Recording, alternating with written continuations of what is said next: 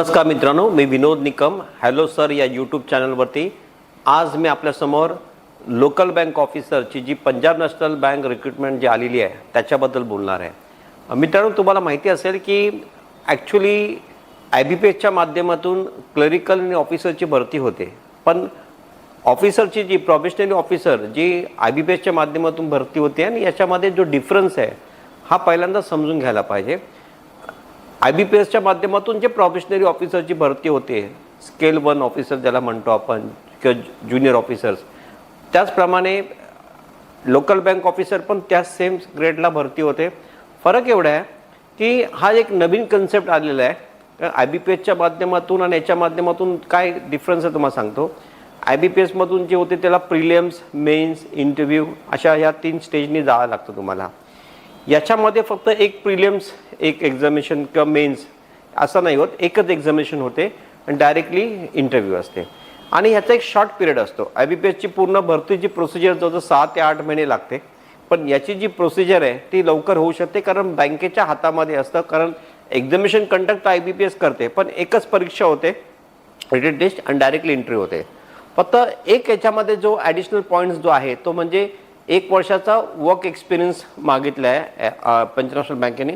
सर्व बँक मागत नाही, मागच्या वेळेला बँक ऑफ बरोडाने मागितलं होतं, स्टेट बँक ऑफ इंडियाने मागितलं होतं, पण बऱ्याचशा अशा नॅशनल बँकेने जे वॅकन्सी काढल्या त्याच्यामध्ये 1 वर्षाचा एक्सपिरियन्स त्याच्यामध्ये मागितलं नव्हतं आणि इथेच थोडंसं कॉम्पिटिशनमध्ये फ्रेशर्स लोक अप्लाय करताना हा एक प्रॉब्लेम त्याच्यामध्ये येतो की ते लोक डायरेक्टली फॉर्म भरू शकत नाही, म्हणून ते IBPSच्या माध्यमातून फॉर्म भरतात। पण ज्या लोकांना शेड्यूल 2 बँक ज्या आहेत त्याच्यामध्ये IDBI बँक म्हणा किंवा कुठल्या ग्रामीण बँकेत काम करतायत त्या लोकांनी सुवर्ण संधी आहे, कारण याच्यामध्ये तुम्हाला कॉम्पिटिशन थोडीशी कमी होते कारण फ्रेशर्स लोक नसतात।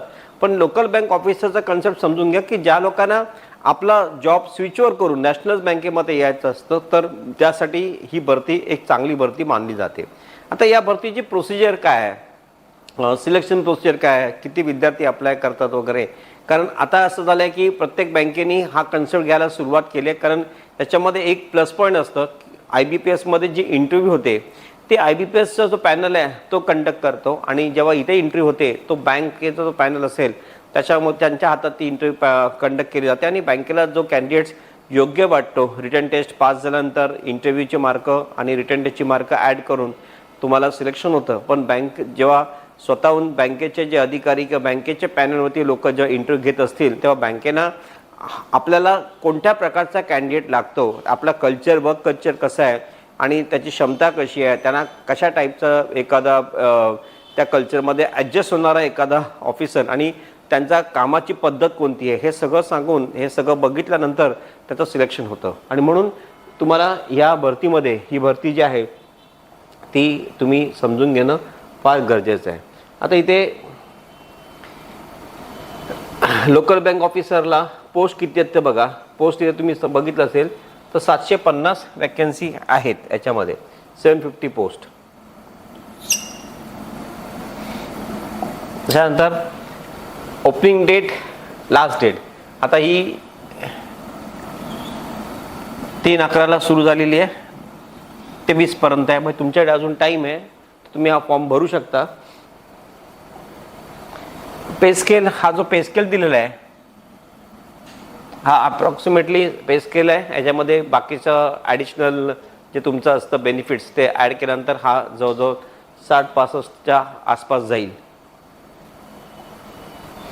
आता सगळ्यात महत्त्वाचं म्हणजे या परीक्षेमध्ये जे आपण अर्ज भरतो तेव्हा हे पेपर्स जे आहेत ते पेपर्स नीट तुम्ही बघून घेतले पाहिजेत। इथे जे परीक्षेची पॅटर्न आहे तो पॅटर्न समजून घ्या। इथे रिजनिंग अँड कॉम्प्युटर ॲप्टिट्यूड हा 25 प्रश्न, ड्युरेशन 35 मिनिटाचा आहे। त्याच्यानंतर तुम्हाला इथे बघा डेटा ॲनालिसिस अँड इंटरप्रिटेशन हा पेपर आहे, त्याच्यामध्ये ग्राफिकल्स क्वेश्चनचे असतात, ग्राफवरती लाईन ग्राफ, बार ग्राफ किंवा ॲनालिसिस वगैरे जे असतात ह्या सगळ्या पाय चार्ट्स वगैरे याच्यावरती प्रश्न असतात आणि हा खूप इम्पॉर्टंट टॉपिक आहे। त्याच्यामध्ये परत 25 प्रश्न आणि त्यांनामध्ये 35 मिनटं दिलेली आहेत, म्हणजे टाईम लिमिट त्यांनी डिसाईड केलं की 35 मिनिटात करायचं आहे। रिजनिंग आणि कॉम्प्युटर ॲप्टिट्यूड हा एक कंबाईन ठेवलेला आहे। रिजनिंगचा तुम्हाला पेपर माहिती आहे, लॉजिक पेपर्स असतात लॉजिकल रिझनिंग असतात, वर्बल नॉन वर्बल क्वेश्चन्स असतात आणि टेक्निकली स्टेटमेंट्स, ॲझम्पशन्स, कन्क्लुजन्स हे जे तुम्ही बँक प्रोफेशनल ऑफिसर्समध्ये काही जे पेपर्स असतात प्रिलिम्सला आणि मेन्सला, त्यातला जर तुम्ही सब्जेक्ट्स बघितलेत आणि त्याचा जर सिलेबस बघितलं, जे प्रोफेशनल ऑफिसची तयारी करत असतील आणि त्यांच्याकडे हा वर्क एक्सपिरियन्स असेल तर ते तुम्ही अप्लाय करू शकता. इंग्लिश लँग्वेज 25 प्रश्न 25 मिनटं, क्वांटिटी ॲप्टिट्यूड 25 प्रश्न 35 मिनटं, जनरल इकॉनॉमी बँकिंग अवेअरनेस 50 प्रश्न 50 मिनटं आणि ही एकूण 150 क्वेश्चन्स आणि बघा त्याच्यामध्ये 180 मिनटाची परीक्षा आहे. आता हे तुम्हाला मी एक्सप्लेन करतो, पण याच्यामध्ये एज लिमिट जो दिलेला आहे तो म्हणजे 20 ते 30 आहे. एक्झाम फी तुम्ही बघा ओपन आणि ओबीसीसाठी, ओपन कास्टसाठी ओबीसीसाठी 1180 आणि SC/ST फिजिकल हँडिकॅपसाठी 59 रुपीज दिलेले आहेत. एज्युकेशनल क्वालिफिकेशन ग्रॅज्युएट ओनली, म्हणजे एनी ग्रॅज्युएट कॅन अप्लाय. इथे एनी ग्रॅज्युएट कॅन अप्लाय. नंतर वर्क एक्सपिरियन्स हा एक महत्त्वाचा कॉलम आहे की मिनिमम जर तुम्ही करता minimum 1 year post qualification experience as A clerical officer cadre in schedule commercial or regional rural banks. म्हणजे तुम्हाला शेड्यूल कमर्शियल बँक ज्या असतात, जसं तुम्हाला मी म्हटलं IDBI वगैरे बँक असतात किंवा रिजनल ग्रामीण बँकेत जे महाराष्ट्र ग्रामीण बँक किंवा छत्तीसगड ग्रामीण बँक वगैरे अशा ज्या ग्रामीण बँकेतून तुम्ही जे एक्सपिरियन्स घेतलेला असता अशी लोक याच्यात अप्लाय करू शकतात. त्याला 1 yearचा एक्सपिरियन्स पाहिजे. आता पेपर पॅटर्नकडे हा इम्पॉर्टंट भाग आहे सगळ्यात. त्याच्यामध्ये रिझनिंग अँड कॉम्प्युटर ॲप्टिट्यूड हा जो पेपर आहे, या पेपरमध्ये तुम्हाला माहिती आहे की रिझनिंगचे जे प्रश्न असतात त्या प्रश्नांमध्ये तुम्ही इथे 25 प्रश्नाला 35 मिनटं, म्हणजे टाईम लिमिट तुम्हाला जास्त आहे आणि क्वेश्चन्स कमी आहेत. मात्र लॉजिकल रिझनिंगमध्ये नंबर सिरीज, अल्फाबेट वगैरे, सिटिंग अरेंजमेंट्स असे जे प्रश्न येतात त्यासाठी तुम्हाला रेग्युलर प्रॅक्टिस करायला पाहिजे. मित्रांनो, बँकेच्या कोणत्याही परीक्षा पास करायला एखाद्या नवीन कॅन्डिडेटनी तयारी केली तर मी असं म्हणेन त्यांनी रोज 1 ते 2 तास पेपर सेट सॉल्व्हिंगचा 6 महिने प्रॅक्टिस करायची.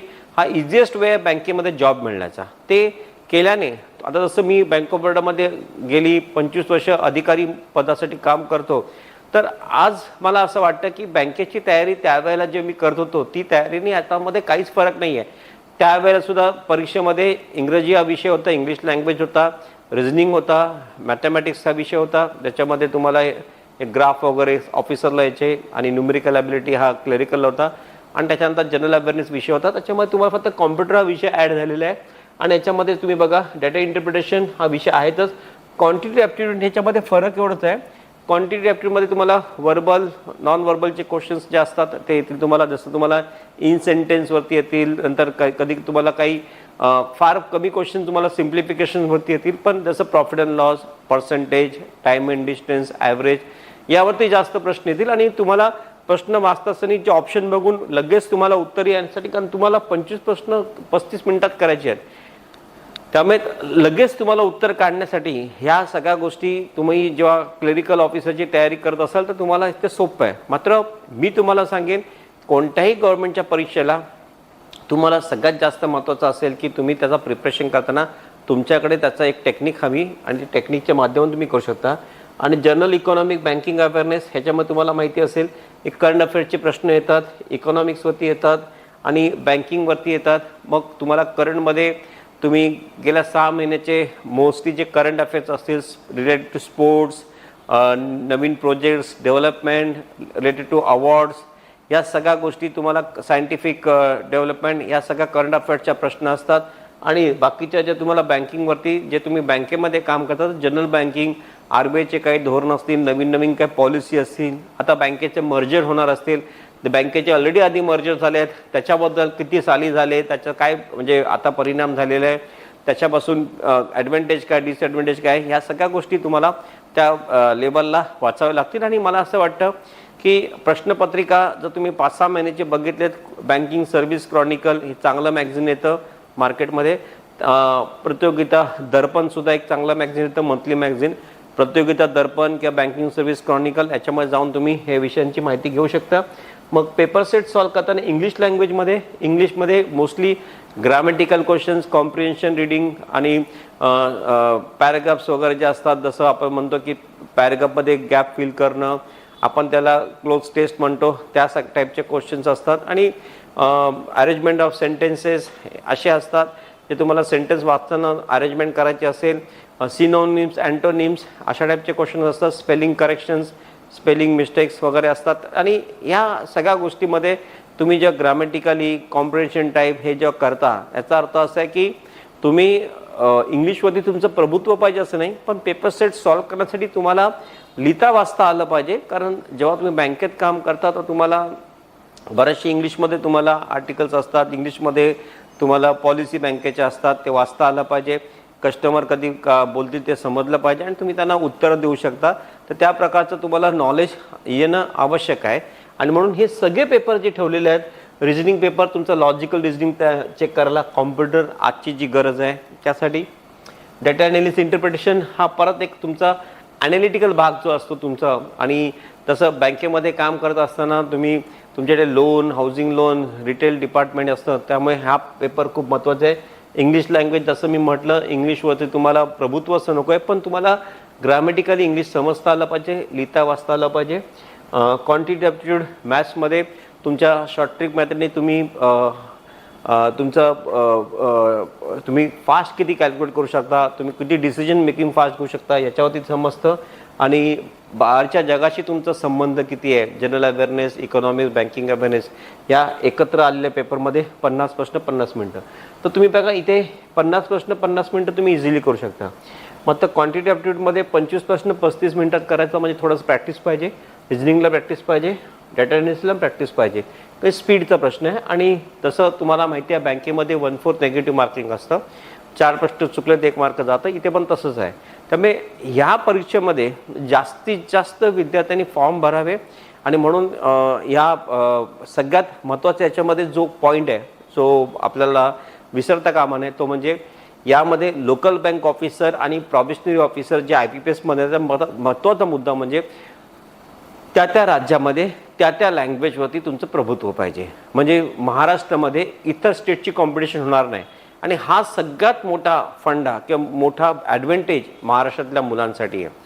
असं IBPS मध्ये कुठल्याही राज्याचा फॉर्म ऑल इंडिया लेवलची कॉम्पिटिशनमध्ये तो फॉर्म भरू शकतो, पण इकडे तुम्ही ज्या राज्यामध्ये तुम्ही राहता त्या राज्यामध्ये ती लँग्वेज, अशी महाराष्ट्रामध्ये मराठी, आंध्र प्रदेशमध्ये तेलुगू, गुजरातमध्ये गुजराती, कर्नाटकमध्ये त्यांची कन्नड लँग्वेज, म्हणजे तुम्ही ज्या राज्यात राहता त्या राज्याची लँग्वेज आली पाहिजे, तरच तुम्ही ते फॉर्म भरताना इलिजिबल असता. म्हणजे तुम्ही कुठल्याही राज्यात जाऊन परीक्षा देऊ शकत नाही. जर परीक्षा दिली तर त्या राज्याची तुम्हाला प्रोफिशियन्सी टेस्ट होणार. पूर्वी फक्त क्लेरिकलला होतं, आता लोकल बँक ऑफिसर हा कन्सेप्ट असा आहे की त्या राज्यामध्ये जास्तीत जास्त जे विद्यार्थी आहेत किंवा जे एम्प्लॉईज होणार आहेत त्यांना ती मातृभाषा त्यांची आली पाहिजे. आणि म्हणून ती रिजनल लँग्वेज ही चांगल्या पद्धतीने आली पाहिजे. म्हणून हा कन्सेप्ट खूप चांगला आहे. तर मित्रांनो, एक चांगली ॲडव्हान्टेज आहे, तर तुम्ही याचा बेनिफिट घ्या.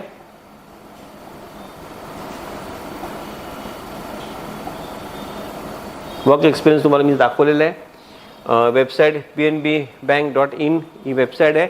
आणि मला असं वाटतं की याचा येणाऱ्या काळामध्ये आपल्या समोर असे खूप चॅलेंजेस येतील, खूप वॅकन्सी येतील. आणि तुमची तयारी अशा पद्धती असेल तर तुम्ही या वॅकन्सीजच्या माध्यमातून तुम्ही बाकीच्या बँकेची तयारी पण करू शकता.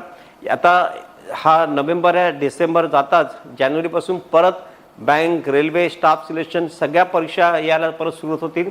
मी तुम्हाला वेळोवेळी ज्या ज्या वॅकन्सी येतील, ज्या तुम्हाला उपयोगाच्या असतील, तुम्हाला मी सांगत जाईन. आणि या चॅनलला सबस्क्राईब करायला विसरू नका, कारण नवीन वॅकन्सी आला की तुम्हाला लवकरच ह्याच्यातून माहिती मिळेल. तो पण तुमची रजा घेतो. लवकरच आपण नवीन वॅकन्सी किंवा नवीन बँकच्या टेक्निक्स वगैरे ज्या मी तुम्हाला दाखवलेल्या आहेत, तुम्ही या यूट्यूब चॅनलवर सबस्क्राईब केलं की तुम्हाला त्या दिसतील. तर नक्कीच ते बघा आणि पेपर सॉल्व करा. तर तुम्हाला लवकरच लवकर या चांगल्या गव्हर्नमेंट जॉब मिळो अशी मी ईश्वराला प्रार्थना करतो. आणि आजचा जो यूट्यूब चॅनलच्या माध्यमातून तुम्हाला माहिती दिलेली आहे इथेच थांबतो. पुढे परत भेटू. Thank you very much.